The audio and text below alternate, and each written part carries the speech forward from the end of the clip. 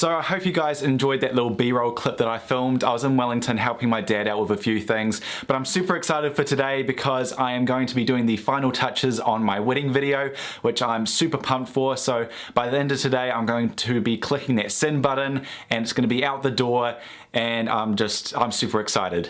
So there are 3 videos which I have to go through today. The first one is a 50-minute long video which contains all of the speeches, a 4-minute video which has the vows from the ceremony, and then the 3.5-minute highlight video. So I'm going to crack into that now.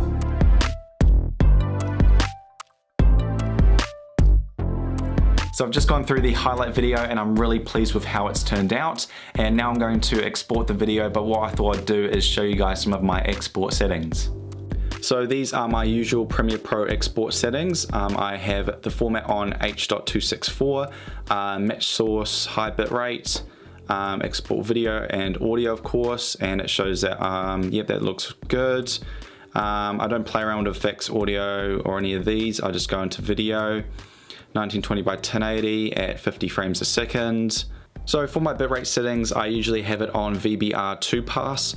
My target bitrate is 12 megabytes per second and my maximum bitrate is set to 14 megabytes per second, which will give me an estimated file size of 305 megabytes. I select use maximum render quality. My time interpolation is set to frame sampling, and now it's just time to click the export button.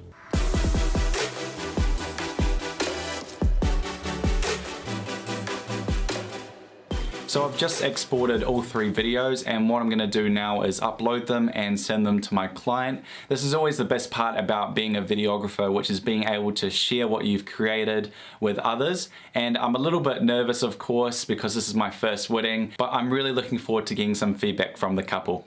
So in today's video, I wanted to talk a little bit about starting and finishing. And this is a very common problem that I think a lot of people have, which is starting something but never actually finishing it. And I wanted to describe to you guys how I find myself in these situations. So as a videographer, I always have these ideas which pop up in my head. Now, most of them disappear as time goes by, but a few of them stick around for a little bit longer, and I start to develop those ideas into videos. I'd spend so much time working on that idea that I would know every little aspect, every little piece of detail about the video, what it looked like, what it sounded like, what camera gear I was using. So I had this incredibly detailed vision of what the video was going to look like.